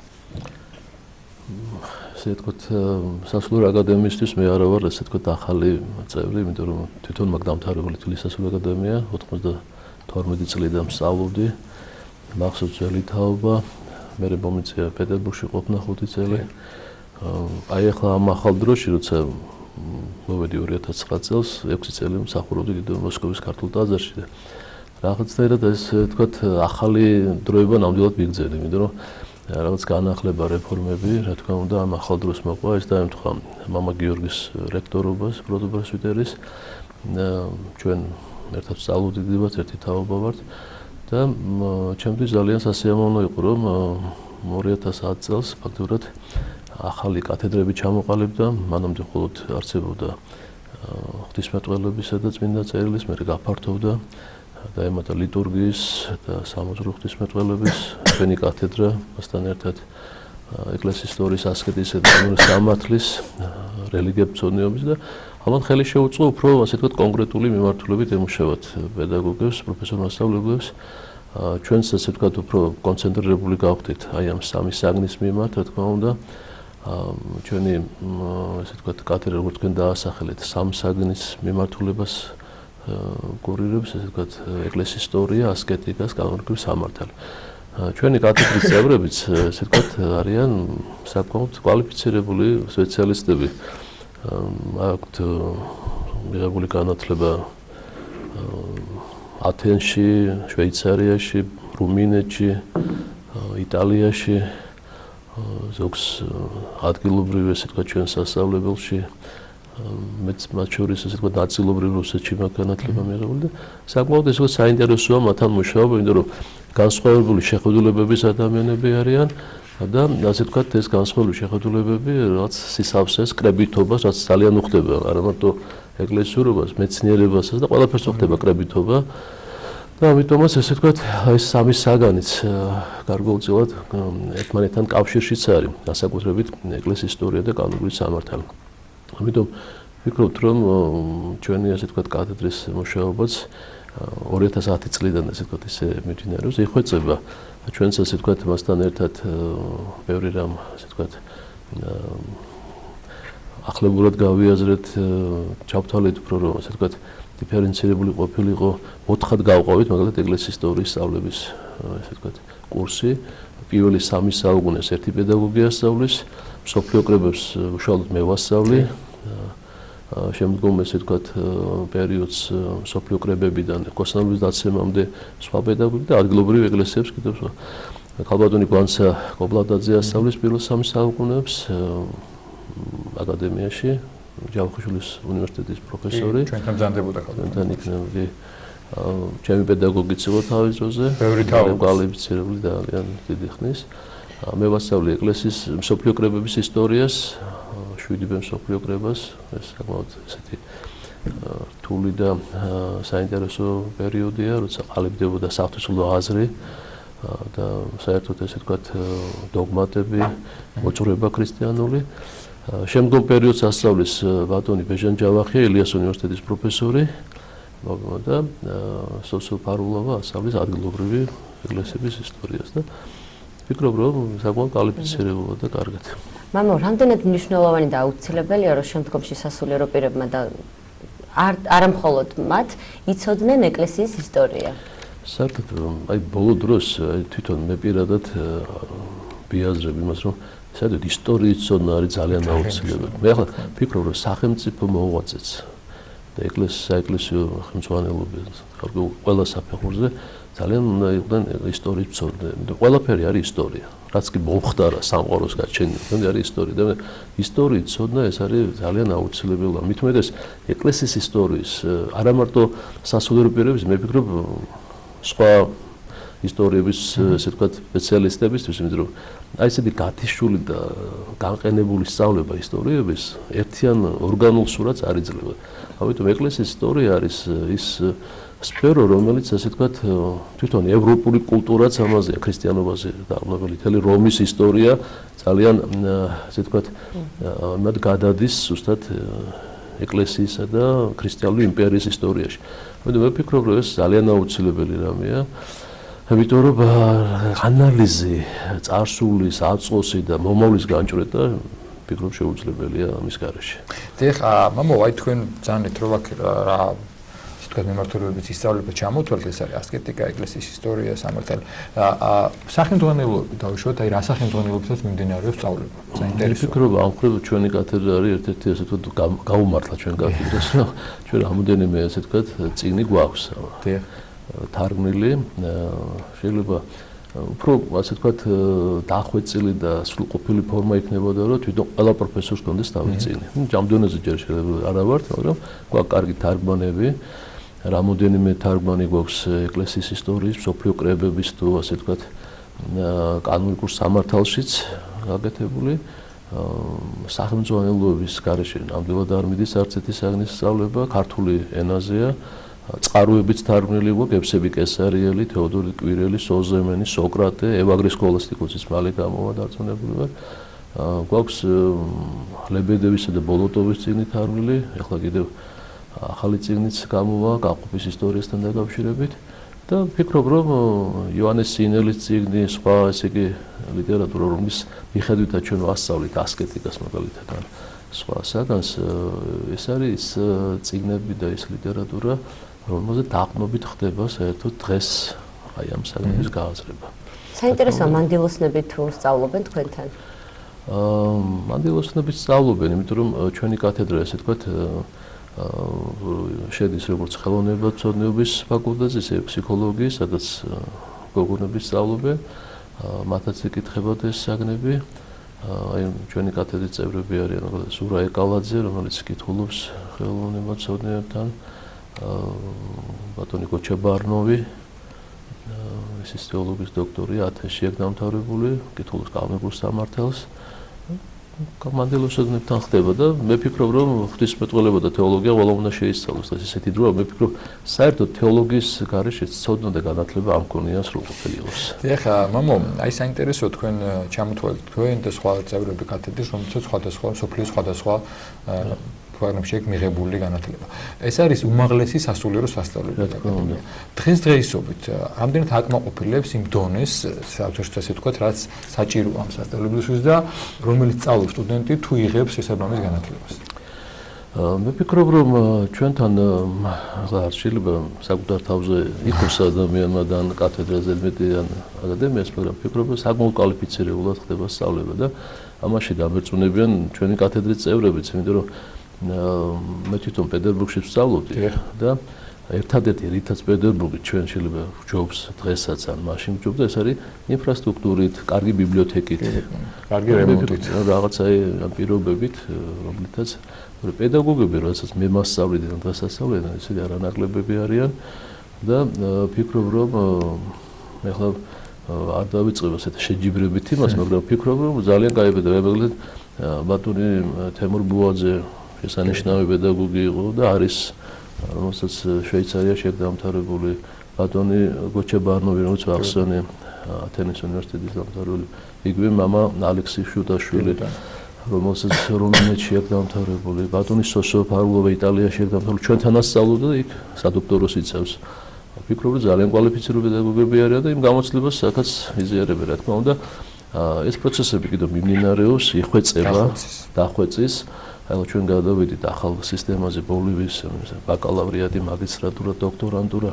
რა თქმა უნდა ეს პროცესები ესე ვთქვათ დროთა განმავლობაში კიდევ უფრო დაიხვეწება. და მაქსიმ ერთ-ერთი მნიშვნელოვანი რაც არის, მე ვამახვილებ ხოლმე ხშირად ყურადღებას და მანამდეც ითქვა ეს როცა იყო საუბარი სასულიერო სემინარი აკადემიაზე, გარდა მაღალი დონის ცოდნისა, რაც უნდა ისწავლებოდეს, გარემო არის ძალიან მნიშვნელოვანი, იმიტომ რომ ეს კიდე განსხვავებული ტიპის სასწავლებელია. აი როგორია გარემო სტუდენტებსა და პედაგოგებს შორის? აი ძალიან კარგია რომ გავუსვით ხაზე ჩვენი სასწავლებელი კორპორაციული სასწავლებელი მაინც სპეციფიკური სასწავლებელია ჩაცმულობითაც რაღაცა უნდა გამოირჩეოდეს ასე ვთქვათ ურთიერთობით ყავსულიერი მოძღვრები სასულიერო პირები არიან უმრავლესობა კათედრის გამგეები თუ პედაგოგები რა თქმა უნდა ეს ასე ვთქვათ გვნის რაღაც ოჯახური გარემო იმას იცით რომ პირველ ეკლესიაშიც კი მამას და დედას მონაზონს იმიტომ უძახდნენ რომ ეს ოჯახური გარემოს ასე ვთქვათ მას ქმნიდა ეკლესია როგორც ოჯახი ესეთი მას ურთიერთობები ვარ ესეთი ურთიერთობებია დღესაც და ვფიქრობ რომ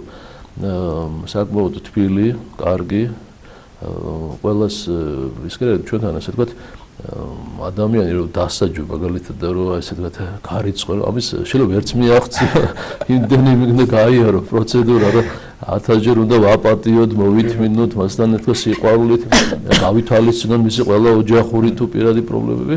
ზოგჯერ შეიძლება ზოგმა ზარმაცმა ასე ვთქვათ ისარგებლოს კიდევაც ამ სიყვარულით და სითბოთ. უფრო მზრუნველობა ვიდრე ოჯახში. მე ვფიქრობ არაკლიათ ეს და ეს საკმაოდ რა თქმა უნდა ობიექტურ სამართლიან პრინციპზეა აგებული და ამით ასე ვთქვათ არ ამგონია რომ იყოს ესე ვთქვათ გულდაწყვეტილი ვინმე. და როგორია საინტერესო სტუდენტების დამოკიდებულება? თუ არის ინტერესი, ერთია, როდესაც დაუშვათ თქვენ ჩამოთვალეთ, რომ საკმაოდ მაღალი დონის კვალიფიცირებული პედაგოგები არიან, მაგრამ მნიშვნელოვანია სტუდენტების დაინტერესება, რამდენ მაყოფილი ხართ თქვენ იგივე დაუშვათ იმ სტუდენტების, რომელთანაც თქვენ გიწევთ შეხება მათი დაინტერესებით. მე ვფიქრობ, რომ საინტერესი ძალიან მაღალია. თვითონ ახლა მე არ გამოყოფ სხვა კათედრებთან დაკავშირებით. ყველა საგანი ძალიან მე თვითონაც სტუდენტი ვიყო, ყველა საგანი ძალიან მაინტერესებდა და ამას შორის სამართალიც, კანონური სამართალი ძალიან საინტერესო საგანია. იგივე ეკლესიის ისტორია, ასკეტიკა განსაკუთრებით ინტერესს იწვევს კიდევ სტუდენტებს, იმიტომ რომ ეს არის პრაქტიკული ცხოვრება ქრისტიანული. ზოგჯერ ჩვენ ისეთ თემებზე ვსაუბრობთ, რომელიც შეიძლება მათ ჯერ არ გაუვლიათ და მომავალში უნდა გაიაროთ და ზოგადად თეორიულ ხასიათს ატარებს, მაგრამ მიუხედავად ამისა, ამის ასე ვთქვათ, მათ ცოდნა და ამის მოსმენაც კი მათზე გარკვეულ ესე ვთქვათ დადებით იმას მე მინდა აღნიშნო ჩვენი ერთ-ერთი პედაგოგის მამა ლონგინოზი რომელიც დეკანია ის ასკეტიკას ასწავლიდა და მე მასთან ერთად ის სემინარია შესწავლით და მე აკადემიაში ახლა ის კანონიკურ სამართალს კითხულობს ხოლმე ისიც აი ჩემი სტუდენტი იყო და შესანიშნავ დოქტორანტია აი აქვე ჩამოყალიბდა შეიძლება არ უსწავლია უცხოეთში არცად მაგრამ საკმაოდ კვალიფიცირებული პედაგოგია და ვფიქრობ, რომ ეს გამოცდილება და საერთოდ წვეტილობა არ ვარგა. კარგია, რომ ეს უწყვეტად თაობიდან თაობას გადაეცემა გარკვეული გამოცდილება და საკმაოდ დიდია, მე ვფიქრობ, ეს გამოცდილება 30 წელზე მეტი, იმიტომ რომ ცხეთის სემინარი არსებობს 1963 წლიდან. დიდი მადლობა. დიდი მადლობა. უღრმესი მადლობა შეგახსენებთ ჩვენი სტუმარი გახლავთ დეკანოს მაქსიმ მეჭანტურია თბილისის სასულიერო აკადემიის ეკლესიის ისტორიის ასკეტიკისა და კანონიკური სამართლის კათედრის გამგე ჩვენი გადაცემა გრძელდება ბეკა გოჩიაშვილი ერთ-ერთი ყველაზე ახალგაზრდა და ძალიან წარმატებული პიანისტი და ჯაზმენი თავის ტრიოთი პირველად ეწვია საქართველოს გამართა კონცერტი კონსერვატორიაში ეტიგინაშვილი რეპეტიციის დროს შეხვდა ბეკას და ვნახოთ ძალიან საინტერესო სიუჟეტი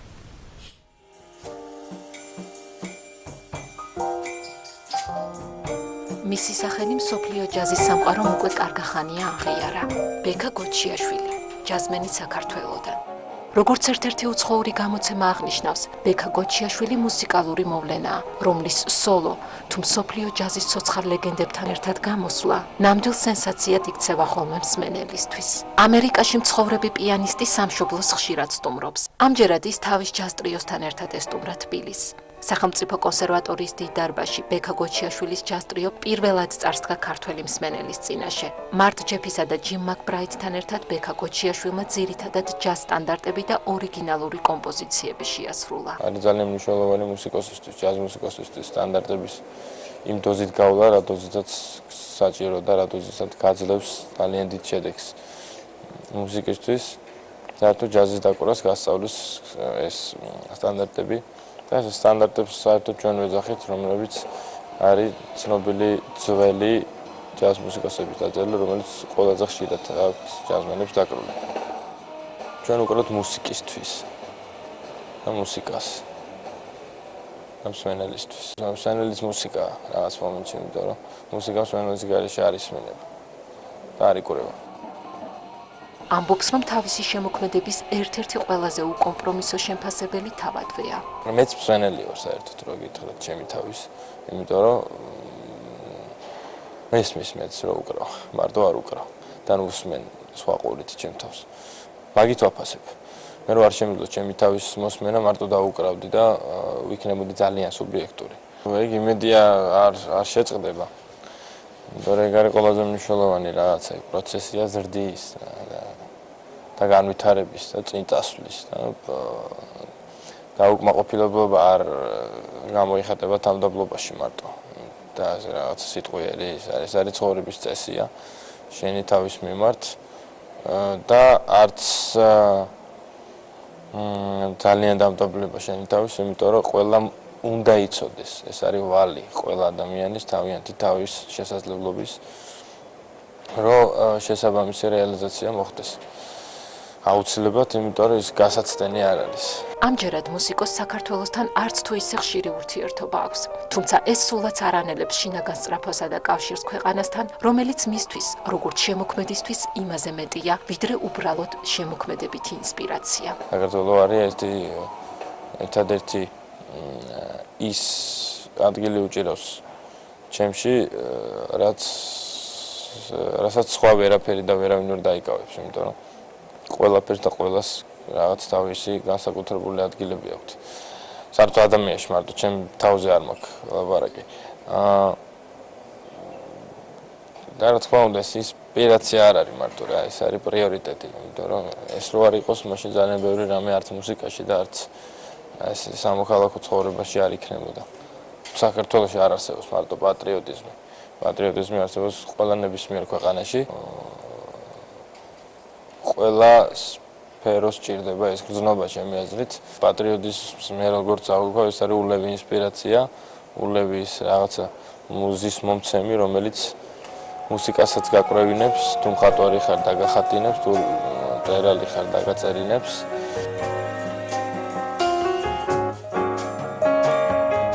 აქ ჩამოსვლა ჩემთვის არის მნიშვნელოვანი, იმიტომ რომ ჩემი ოჯახი აქ მენატრებიან, მაგრამ უბრალოდ არის რაღაცა ფაქტორები ის, რისთვისაც აქ მუსიკოსის გაჩერება ძალიან დიდი ხანი, რომელიც იქ არის ნამყოფი, არ არის სასარგებლო. სამწუხაროდ ესეთი ხელშეწყობა და პირობები არ არის, როგორც საზღვარგარეთ, მაგრამ ჩვენი მიზანიც ეგ არის, კარგ სადაც ხედავთ იმის მაგალითის გადმოღება 100%-ით. ეს იქნება პოლიტიკოსი თუ ჩვეულებრივი მოქალაქე, ეს ყველა უნდა გაითვალისწინოს. როგორც ბექა გოჩიაშვილმა საუბრის დასასრულს აღნიშნა, განსაკუთრებული გეგმები არც აქვს და არც არასდროს ჰქონია. მისი გეგმები კონცერტები და მუდმივი მუშაობაა შემოქმედებითი სრულყოფის მისაღწევად იმ მუსიკალურ სამყაროში, სადაც ბექა გოჩიაშვილის ჯაზია.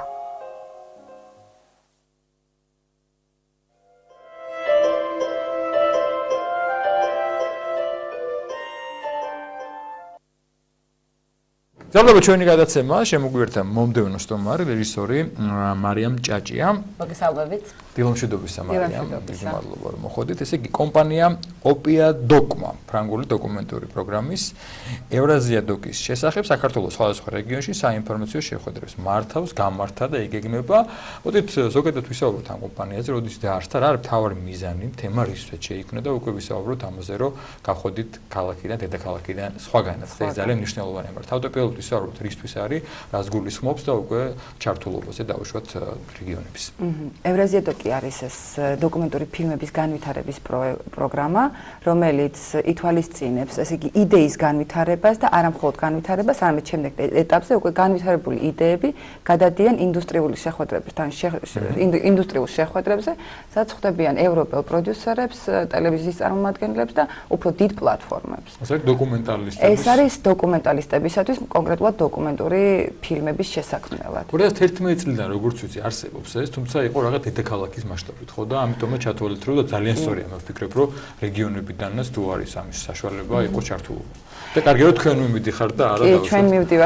ანუ თავარი არის რომ რეალურად მონაწილეობის მიღება შეეძლოთ თუნდაც ახლა რეგიონებიდან მონაწილეებს, თუმცა პრობლემა იყო ის რომ შესაძლებელია ქონდეს არაჩვეულებრივი იდეა, მაგრამ როგორ შეფუთვა ეს იდეა, აი ამისი პრობლემა არის და როდესაც ადამიანმა იცის როგორ შეფუთოს და დედაქალაქში უფრო კარგად იციან იდეების შეფუთვა, აქედან გამომდინარე ყოველთვის მონაწილეობას მაინც იღებდნენ დედაქალაქიდან წამოსული ავტორები. ჩვენ გავამარტივეთ ეს მიღება.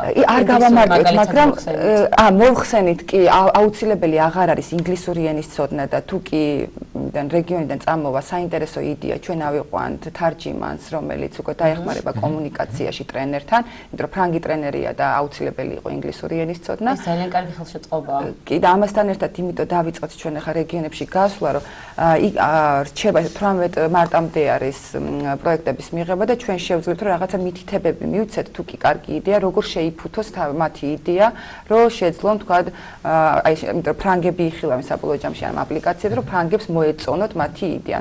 შეფუთოს მაინც დიდი მნიშვნელობა. ახალციხეში ყავით თუ არ ვწდები, ხო? კი, ახალციხეში. და როგორი იყო დავუშვათ გამოხმაურება, თუ გაჩნდა ესეთი საინტერესო კი, რეალურად მოლოდის გადააჭარბა, იმიტომ რომ თუნდაც უკვე შეხვედრაზე 4 ისეთი მაგარი იდეა დაიბადა და იმედია რომ გამოაგზავნიან თუნდაც ერთს მაინც, ძალიან საინტერესო იდეები გაჩნდა და ვფიქრობ რომ ეს ისეთი იდეებია, რომელიც საინტერესო იქნება არა მარტო ქართველი მაყურებლისთვის, არამედ ევროპელი მაყურებლისთვის ძალიან საინტერესო ფილმები შეიძლება გახდეს. თუმცა არის ეს რაღაცა, მე მგონი შიში მაინც, როდესაც პირველად აგზავნი აპლიკაციას, რომ იქნება თუ არა საინტერესო და მინდა მივმართო, რომ მაყურებელს, ვისაც აქ იდეა, რომ ცადონ. როგორ უნდა მოხდნენ თქვენთან? ანუ ჩვენ გვაქვს აპლიკაცია არის ჩვენს ვებგვერდზე opio.org-ზე, სადაც უნდა შეავსონ. მნიშვნელოვანი არის იდეის გამოგზავნა, ანუ ერთგვერდიანი სინოფსისი უნდა დაწერონ და мотиваცია, რაც არის ყველაზე მთავარი. იქ შესაძლებელია თუ უფრო განვითარებული აქვთ პროექტი, თუ აქვთ სცენარი ან დამატებითი მასალა შეუძლიათ ისინიც გამოგზავნონ. თუმცა, აი მაქსიმალურად გამარტივებულია, რომ იყოს იდეა ერთგვერდიანი და мотиваცია. თემატიკა შეზღუდულია თუ ნებისმიერ თემაზე შეიძლება? არა, თემატიკა შეიძლება იყოს აბსოლუტურად ნებისმიერი, თუმცა ეს არის კრეატიულ დოკუმენტურ ფილმებზე და არა სატელევიზიო ფილმებზე. სხვა რეგიონებში გეგმავთ როგორც ვიცი კიდე გასვლას, ხო? დიახ, კვირას წინასწარ ვთქვათ, იქნებ მოემზადონ, ხემ გიყურებ და უცებ გავუხდით სურვილი, რომ აბა იდეა ხო არ მაქვს თავში. ხო, ანუ კვირას გვექნება ბათუმში პრეზენტაცია და სამშაბათს გვექნება 6-ში ქუთაისში პრეზენტაცია და მე ვფიქრობთ ისე იქნება გორშიც გქონდეს პრეზენტაცია, იმიტომ რომ საინტერესო რეგიონია. უკვე შემდგარი პროექტები გაქვთ? კი, უკვე შემდგარი პროექტებიც გვაქვს, რომლებიც ანუ ძალიან ბევრი წარმატებულია და თან რაც მინდა ვთქვა, რომ ეს ევრაზიადოკი არ მოიცავს მხოლოდ საქართველოს, ანუ საქართველოს გარდა არის აქ რუსეთი, თურქეთი, სომხეთი, ბელორუსია, უკრაინა, მოლდოვეთი და შემდგომში ყველა ავტორი ვითარდება, ანუ პროექტს ავითარებს თავიანთ ქვეყანაში და შემდგომში უკვე ინდუსტრიულ შეხვედრების დროს ჩავდივართ სომხეთში, სადაც ჩამოდიან იქ ევროპელი პროდიუსერები და უკვე იქ ვაცნობთ ჩვენს იდეებს პროდიუსერებს და შეიძლება კოპროდუქცია, სადაც საუბრობთ. აი, უფრო დავაკონკრეტოთ, მეც მაინტერესებს ალბათ მათვისაც განსაკუთრებით უნდა ამ პროექტში მიღება, მონაწილეობის მიღება, რა ფორმით ხდება ჩართულობა ცხოველების და დავუშვათ ამ ერთ განვითარებაში პროექტის სრულყოფილებაში რა არის მათი როლი? ანუ პირველ რიგში რომ ყველა რეზიდენციაზე ჩამოდის ფრანგი და ან გერმანელი ტრენერი, ახლა ჩვენს რეზიდენციაზე ფრანგი და გერმანელი იქნება, ორივე ქვეყნიდან იქნება წამოსულები. ორკვირიანი რეზიდენცია იქნება, სადაც პროექტი მთლიანად ეს შეიქმნება დოსიე, რასაც ქვია, ეს იქნება ტრიტმენტი, სინოფსისი, ანუ ყველაფერი რაც არის საჭირო იმისთვის, რომ თუნდაც ნებისმიერ ევროპულ ფონდში გააგზავნოს შენი პროექტი და შემდგომში ანუ ხო და მნიშვნელოვანია ასევე რომ 6 ქართულ ავტორს ვირჩევთ მხოლოდ და აქედან განვითარებული 6 ავტორიდან მხოლოდ 4 მოხდება ინდუსტრიულ შეხვედრებზე. ანუ შემდგომში სომხეთში ჩავდივართ ყველა ქვეყანა და იქ ჩამოდიან ეს ევროპელი პროდიუსერები. მნიშვნელოვანია ძალიან ბევრი ინდუსტრიული შეხვედრა არსებობს, მაგრამ რითი არის ეს უნიკალური, რომ პროდიუსერები, რომლებიც ჩამოდიან ჩვენი რეგიონის პროექტების მოსასმენად, ისინი ამაში იხდიან ფულს. ანუ ეს ევროპელი პროდიუსერებს აქვთ თავიანთი გადასახადი, მხოლოდ იმისთვის, რომ მოისმინონ. ეს იმას ნიშნავს, უკვე ის იმის გარანტიაა, რომ ეს პროდიუსერები ჩამოდიან დაინტერესებული პროდიუსერები და არა მხოლოდ იმიტომ, რომ რაღაცა დასვენების ჩავიდეთ და დავისვენოთ, თქვა კავკასიაში. ანუ ეს უკვე რაღაც გარკვეულწილად გარანტიაა, რომ მათ უნდათ პროექტების აღება. ასევე ტელევიზიები, ფრანგული ტელევიზიები, რომლებიც ჩამოდიან მოსასმენად, მათ აქვთ ხელი მოწერილი, რომ მინიმუმ 2, მაქსიმუმ 4 პროექტს აიღებენ კავკასიაში. აი ახსენეთ, პროდიუსერები იხდიან ფულს იმისთვის, რომ ჩამოვიდნენ და მოისმენონ. აი რა არის მათი ინტერესი? მოდი ეს თქვა, რომ აი ფულს იხდს ადამიანი, რომ ჩამოდის, რომ მოისმენოს დაუშვათ აქ რაღაც იდეა, რომელიც მას შეიძლება დაინტერესოს. რისთვის? იდეისთვის, იმიტომ საინტერესო იდეისთვის. იდეა არის მნიშვნელოვანი. კი, და მე მგონი ჩვენ ხო ეხა ხო ყველაზე მნიშვნელოვანი მაინც იდეა არის, იმიტომ რომ ფულიც კიდე მე მგონი ისეთი მნიშვნელოვანი არ არის, იმიტომ რომ თუ კი კარგი იდეა გაქვს, შეგიძლია სხვადასხვა ხერხით გააკეთო, იმიტომ რომ ძალიან ბევრი კარგი ფილმი არსებობს მობილურით გადაკეთებული. კი ბატონო და დაბალი ბიუჯეტით ძალიან. კი. ხო და ანუ თუ კარგი იდეაა. მაგაში თუ კარგი იდეაა. ხან გაქვს თქვენი ფავორიტი იდეა?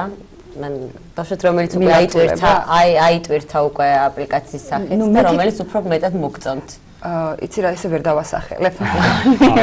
ვერ გამოყოფ რა თქმა უნდა, ყველა ადამიანს აქვს რაღაცა სუბიექტური დამოკიდებულება თემების მიმართ და რა თქმა უნდა, მეც მაქვს ჩემი დამოკიდებულება, თუმცა მე არ ვარჩევ ამ თემებს და მთლიანად ფრანგული ორგანიზაცია დოკუმენტი არჩევს თემებს. თქვენ თუ რეჟისორი ხართ და გადაერთეთ სრულად ახლა ამაში რაღაც ხელშეწყობაში თუ რეჟისორის კუთხითაც თქვენ პროფესიას იხსენებთ ხოლმე? არა, ვიხსენებ კი არა, აქტიურად ვარ ჩართული, ახლა 2 კვირაში ჩემი ფრანგი მემონტაჟე ჩამოდის, რომ დავამთავროთ ჩემი შემდგომი დოკუმენტური ფილმი. რა ფილმია თუ შეიძლება? მოდი ახლა თქვენ პირად შემოქმედებოდეს ცოტა 1-2 წუთი ვისაუბროთ. სიამოვნებით. ან ეს არის აბასთუმანზე, ანუ ამ ფილმს ვაკეთებდი 2014 წლიდან მუშაობდი და აი წელს მე მგონი უკვე დავამთავრებ ამ ფილმს და წელს უკვე მე მგონი ქართული მაყურებელიც ნახავს.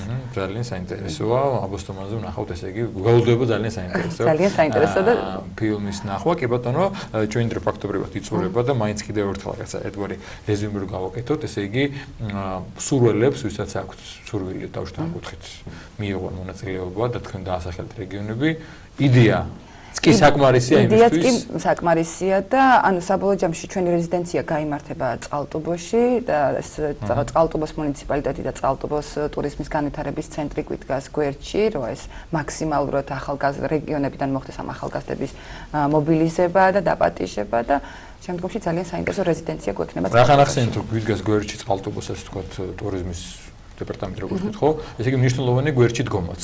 რა თქმა უნდა. რაც არის საჭირო ის და აი დავუშვათ მაგალითი თუ შეიძლება იყოს სხვამ და რაში დაგიხმარება თქვენ ან მათთვისაც იდეა აქვთ. ანუ რეალურად ახლა ეს პროექტი ძირითადად დაფინანსებულია კინოცენტრის მიერ, მაგრამ მუდმივად ხდება ახლა იმის პრობლემა არის ყოველთვის ფინანსური და რეალურად ახლა წყალტუბოს მუნიციპალიტეტი რო არ ყოფილიყო, ჩვენ ძალიან დიდი პრობლემის ქვეშ ვიქნებოდით, სად გვექნებოდა ეს რეზიდენცია.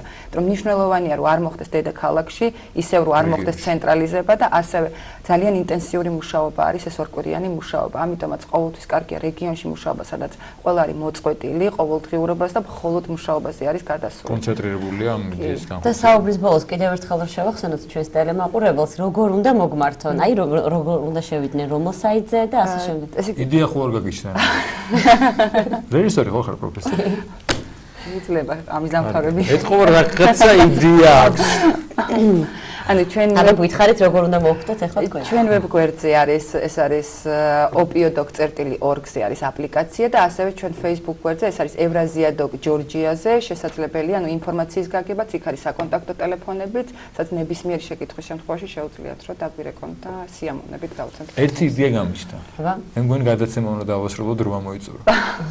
დიდი მადლობა. პირიქით მადლობა. ძალიან საინტერესოა თემა და ვფიქრობ რომ ბევრი საინტერესო იდეატორი გამოჩნდება და და იქნება საინტერესო იდეები და უკვე რაც უფრო ბევრია და მე შორის საუკეთესო ამორჩევა უფრო კარგია. უღრმესი მადლობა. თქვენს პირად საქმიანობაშიც ასევე მადლობა. დიდი მადლობა შეგახსენებთ ჩვენი სტუმარი გახლავთ რეჟისორი მარიამ ჭაჭია. დღევანდელი გადაცემა ამით ამოვიწრო. რუსუდან გეჯაძე კახამიქიაშვილის სიამოვნებით მუშაობდით. ესე იგი გადასარევი საგაზაფხულო დღეა როგორც ვიცით დღეს ყოველ შემთხვევაში სინოპტიკოსები ასე ამბობენ. ყოველ შემთხვევაში დილით ესე იყო. კი ბატონო, მშვენიერი შაბათ-კვირა გელოდებოდ წინ დედის დღეს ყოველს გილოსავთ წინასწარ, განსაკუთრებით თქვენ ალბათონ რუსუდან და უკვე ორ შაბათიდან ტრადიციულად დილის 9:30-ს გელოდებით ტელეეკრანებთან იმისთვის რომ განთიადი თქვენთვის განახლდეს. დიდი მადლობა ყურადღებისთვის. ბედნიერად.